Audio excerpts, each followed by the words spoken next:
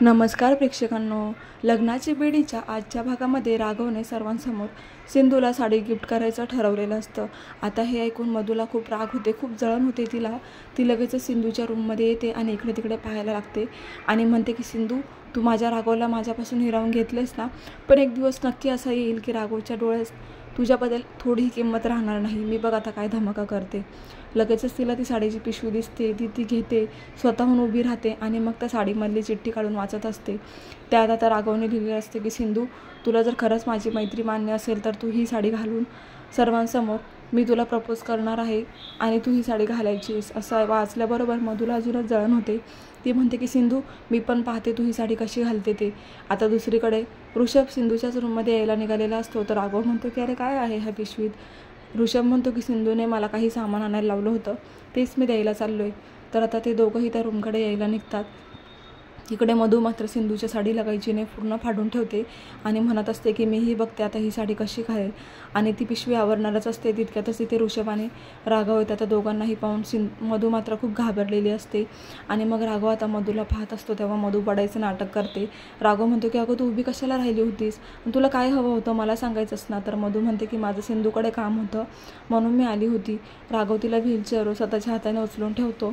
आणि मग आता ऋषभही म्हणू लागतो की बहिणी, तुम्हाला सिंधूकडेच काम होतं तर फोन करायचा होता ना असं, आणि तुम्ही उभ्याच कशा काय राहिल्या.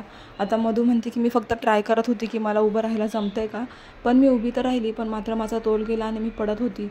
आता मधू इकडे नाटक करत राघवला म्हणते की राघव, मला ना खूप कंटाळा आला असं जगायचा. किती दिवस असं बसणार मी, मला कधी जमेल उभं राहायला, मला कंटाळा आला आहे. एकतर देवाला मी म्हणते की एकतर मला लवकर बरं कर, नाही तर कायमचं घेऊन जा. राघव म्हणते की मधू तू असं काय म्हणतेस, तुझी ट्रीटमेंट चालू आहे ना, थोड्याच दिवसात तू बरी होणार आहे, जास्त काळजी करू नकोस, मी आहे ना, आम्ही सर्व तुला सपोर्ट करते ना, घरातलं कोणी काय बोललं का तुला. मधू म्हणते की नाही, पण मला ना खरंच खूप कंटाळा आला आहे. तरी राघव तिला सपोर्ट करत असतो. तर दुसरीकडे आता रेश्मा ऋषभला आवाज देते आणि तिच्या रूममध्ये बोलावते. ऋषभ लगेचच रेश्माला, रेश्मा हा काय काम होतं. तर मग आता ऋषभचे बाबा म्हणतात की अरे गुडविल फ्रँचायझी आपल्याला द्यायचं म्हणतात ते पेढीवाले, घ्यायची का, मग आपण आजच त्यांच्याबद्दल डील करायला पाहिजे, म्हणजे आपलंही दुकान आणि आपल्यालाच प्रॉफिट मिळणार आहे, त्यात कोणाची भागीदारी नाही आहे. ऋषभ तुला कसा वाटतोय हा प्लॅन. ऋषभ म्हणतो की हो ठीक आहे ना, मला आवडलं आहे, पण आज नाही, कारण आज तर राघवची ऑर्गनायझेशन पार्टी आहे ना, मग आज नको, उद्या जाऊया. तेव्हा रेश्मा म्हणते की अरे तुला काय पडले, ते राघवला इकडे अवॉर्ड मिळाला आहे म्हणून त्याची पार्टी आहे, तू किती दिवस दुसऱ्यासाठी टाळ्या वाजवणार आहे, स्वतःसाठी काहीतरी कर ना. असे वहिनी बघितलं ना कसं मान तरी देतात का तुला. तू जर स्वतःची फ्रँचायझी घेतलीस आणि खूप पैसे कमावले तर वहिनीपेक्षा जास्त पैसे कमावून दाखव, म्हणजे तुला मानही मिळेल.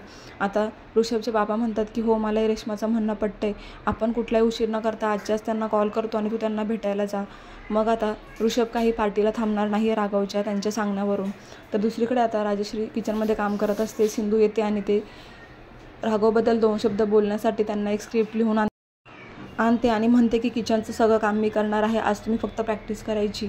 त्यावर आता राजश्री म्हणते की सिंधू अगं मला जमेल का, खूप भीती वाटते, मला मराठीमध्येच बोलू दे ना 2 शब्द, हे जमेल की नाही. त्यावर सिंधू म्हणते की प्रॅक्टिस करायला काय हरकत आहे, असे तुम्हाला नाही ना जमलं तर हा कागद स्वतः पुढे ठेवून वाचू शकता ना तुम्ही. तिकडे मधू आता त्या दोघींचं बोलणं ऐकते आणि म्हणते की आज खूप मजा येणार आहे सिंधू, तुझा डाव तुझ्यावरच उलटणार आहे, बघ आता मी काय करते ते. तर आता राजश्री किचनमधून ते प्रॅक्टिस करत करत ते वाचत त्यांच्या रूममध्ये ते लेटर घेऊन जातात. इकडे सिंधू किचन आवरत असते. तर मधू पुन्हा विचार करत म्हणते की सिंधू, आज तुझं काही खरं नाही, 4 चौकांसमोर अशी नाचक्की होईल ना, स्वतःच तोंडावर पडशील. आणि खूप मोठा प्लॅन केलेला आहे मधूने ते स्क्रिप्टबद्दल. तर पुढे आता राघव सिंधूचा फोटो हातात घेत म्हणत असतो की सिंधू, आज मी तुला साडी दिली आहे आणि त्याच्यामध्ये लेटरही दिलेलं आहे, जर तुला माझी मैत्री मान्य असेल ना तर तू ती साडी घालून येशील. मला हे पाहायचं आहे की तू माझ्यावर प्रेम करतेस की नाही. मी तर तुला 100 वेळा सांगून बसलो आहे की माझं किती प्रेम आहे, तुझंही माझ्यावर प्रेम आहे, फक्त तू ते तोंडाने बोलून दाखवत नाही आहे. पण ती संधी लवकरच येईल, मला माहीत आहे, तू लवकरच मला तुझ्या प्रेमाची कबुली देशील. आणि तो फोटोकडे पाहून खूप कौतुक करत असतो सिंधूचं. तितक्यातच सिंधू समोरून येते आणि राघवला आवाज देत म्हणते की राघव मी कशी दिसते. आणि राघवने जी साडी सिंधूला दिलेली असते ती सिंधूने घातलेली असते. राघव खूप खुश होऊन तिच्याकडे पाहत असतो आणि म्हणतो की सिंधू किती सुंदर दिसत आहेस ग तू. आणि मग सिंधू म्हणते की तुम्ही खरंच माझ्यावर प्रेम करतात का. राघव म्हणतो अजून किती वेळा सांगायचं आहे, मी सर्वांसमोर सांगून बसलो, आज पुन्हा एकदा सांगू का. तर सिंधू म्हणते की हो पण मी विसरली आहे, सांगा ना.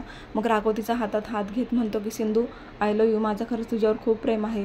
हे ऐकून सिंधू खूप खुश होते आणि मग राघवला ऐकायचं असतं की सिंधू तूही माझ्यावर प्रेम करतेस ना, मग तुझ्याही प्रेमाची कबुली दे. तेव्हा आता सिंधूही राघवला आय लव्ह यू म्हणत असते. तर हा भाग इथे संपतो. पुढील भागामध्ये आता राजश्रीताई ऑर्गनायझेशन पार्टीमध्ये स्टेजवर जातात आणि राघवबद्दल स्क्रिप्ट वाचू लागतात. पण ती स्क्रिप्टमधूनच चेंज केल्यामुळे त्यात खूप घाणेरड्या प्रकारे विचार लिहिलेले असतात राघवचे आणि मधू खूप हसायला लागते.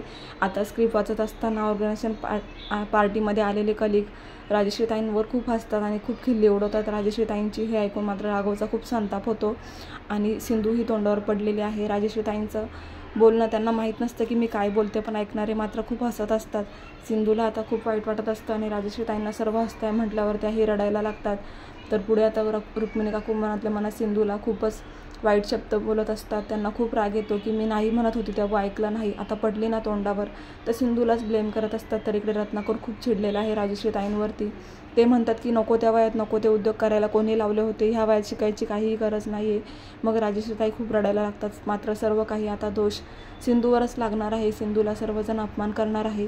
हा डाव मधूचा होता आणि तो सक्सेससुद्धा केलेला आहे तिने. तर प्रेक्षकांनो, आता पुढे खूप जबरदस्त येणार आहे. पाहायला विसरू नका लग्नाची बेडी आणि अशाच मालिकांचे अपडेट्स पाहण्यासाठी चॅनलला नक्की सबस्क्राईब करा. धन्यवाद.